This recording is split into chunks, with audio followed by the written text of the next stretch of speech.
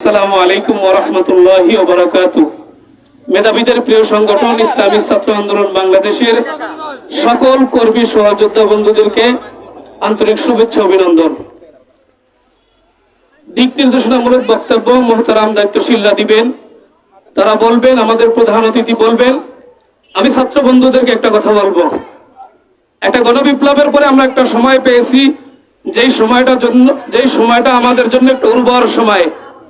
দীর্ঘ 17 বছর আমাদেরকে কোন ঠাসা করে রাখা হয়েছে, ক্যাম্পাসে আমাদেরকে দাওয়াতি কাজ করতে দেওয়া হয়নি। এখন একটা সময় এসেছে দাওয়াতি কাজ করার।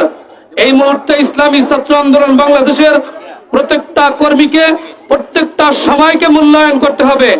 ক্যাম্পাসে ক্যাম্পাসে আমাদের দাওয়াত পৌঁছে দিতে হবে।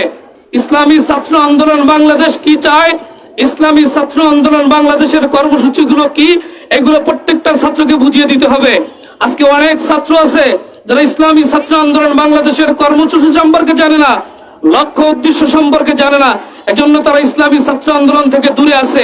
তাদের কাছে কাছে গিয়ে বলতে হবে, তুমি যে উদ্দেশ্যে পড়াশোনা করো সেই উদ্দেশ্য, সেই লক্ষ্যই হলো ইসলামী ছাত্র আন্দোলন বাংলাদেশের লক্ষ্য।